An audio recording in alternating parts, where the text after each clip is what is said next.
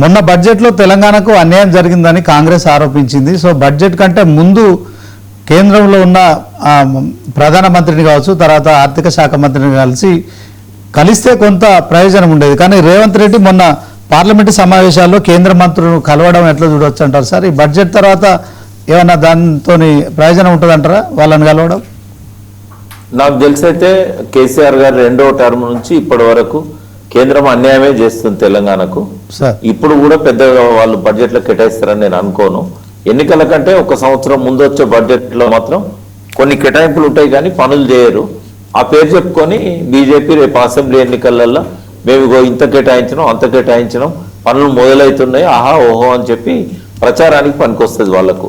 అందుకని 2028 బడ్జెట్ దాకా మనం కేంద్రం నుంచి ఆశించడం అది వేస్ట్. అది అక్కడ రాహుల్ గాంధీకి రేవంత్ రెడ్డి మధ్యలో బడ్జెట్ కరెక్ట్ ఉంటే ఆయనే సీఎంగా కొనసాగుతాడు. మోడీకి రేవంత్ రెడ్డి మధ్యలో బడ్జెట్ ప్రాబ్లమ్స్ ఎన్ని ఉన్నా కూడా రేవంత్ రెడ్డి మొక్కుబడిగా పోయేస్తాడు తప్ప మరి ఇందిరా పార్క్ దగ్గర ధర్నా పెట్టొచ్చు కదా, లేకుంటే బీజేపీ ఆఫీస్ ముందు ధర్నా పెట్టొచ్చు కదా, కేంద్ర ప్రభుత్వ కార్యాలయాల ముందు ధర్నా పెట్టొచ్చు కదా, రిజర్వ్ బ్యాంక్ ముందు ధర్నా పెట్టొచ్చు కదా. ఏం చేయడా ఆయన? ఒకరోజు ఢిల్లీకి పోయే రైళ్లను ఆపొచ్చు కదా ప్రొటెస్ట్ చేసి. సౌత్ ఇండియా పట్ల వివక్ష చూపెడతా ఉన్నది. మా ఎంపీ స్థానాలు తగ్గేయడానికి ప్రయత్నం చేస్తున్నారు. మాకు బడ్జెట్లో 7 ఏళ్ల నుంచి మాకు డెవల్యూషన్ లేదు అని చెప్పి కాంగ్రెస్ పార్టీ సీఎం నాయకత్వాన ప్రతిపక్షాలను కలుపుకొని ఎందుకు ప్రొటెస్ట్ చేయట్లేదు ఆయన? ఒకరోజు రైళ్లను ఆపితే తెలియదా వాళ్ళకు ఏం జరుగుతుంది అనేది? అంటే ఓవరాల్ గా రేవంత్ రెడ్డి ఈ మున్సిపల్ ఎన్నికల్లో సక్సెస్ అయ్యారు. అదే క్రమంలో ప్రియాంక గాంధీని కలవడం కావచ్చు. అంటే ఒక గ్యాప్ ఉంది రేవంత్ రెడ్డికి రాహుల్ గాంధీ కుటుంబానికి మధ్య. ఏం గ్యాప్ లేదు. డబ్బు సంతులు పోయిన రోజులు ఆడ గ్యాప్ అనేది ఉండదు. గ్యాప్ ఉంటే ఈయన కనుక వాళ్ళ కోరికలు నెరవేర్చకపోతే 1 year కిందనే పదవి ఇచ్చుతున్నారు అయిటోడు. అట్లాంటిది ఏముండదు. వాళ్ళ మధ్య గ్యాప్ 100% తగ్గింది. అంత మంచి అండర్స్టాండింగ్ లో ఉన్నారు. ప్రతిపక్షాలు ఇట్లే ఉండి ప్రజలకు ఇట్లే ఉంటే 10 ఏళ్ళ కర్మ 20 ఏళ్ళైనా రేవంత్ రెడ్డి కొనసాగే అవకాశం ఉంటుంది.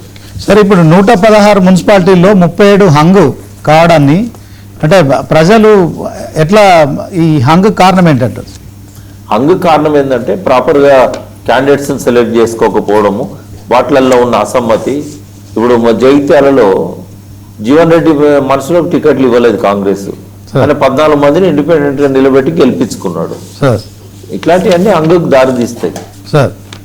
ఇంకోటి ఏంటంటే అక్కడ ఉన్న స్థానిక నాయకులు ఎవరైతే ఉంటారో వాళ్ళు కార్పొరేషన్ ఎన్నికలలో కానీ, డివిజన్లలో, లేకపోతే మున్సిపాలిటీ ఎన్నికలలో, వార్డులలో క్యాండిడేట్లది కొంత ప్లస్ పాయింట్ ఉంటుంది.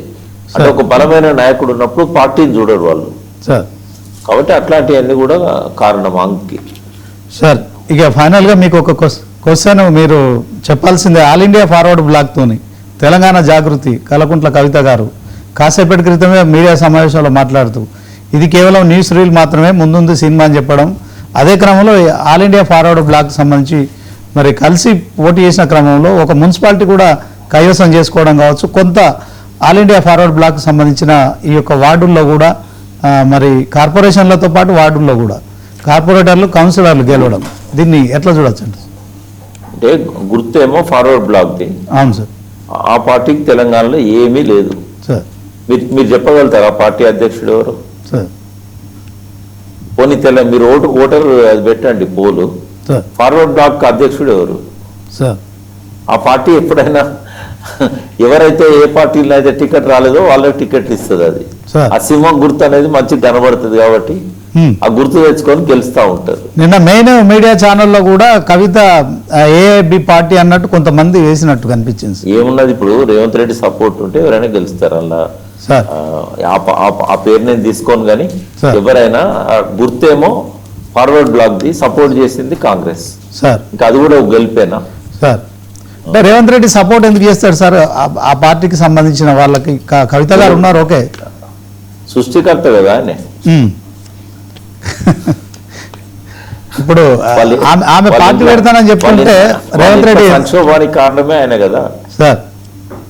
ఇప్పుడు పిల్లి కళ్ళు మూసుకొని పాలు దాగి ఎవరు చూడట్లేదు అనుకుంటే అంత అమాయకులు ఎవరు లేరు తెలంగాణలో. కవిత గారు పార్టీ పెట్టిరు, పార్టీ రిజిస్ట్రేషన్ కూడా అయిపోతారు, రేపో మాపో గుర్తు కూడా రాబోతుందండి. All the best.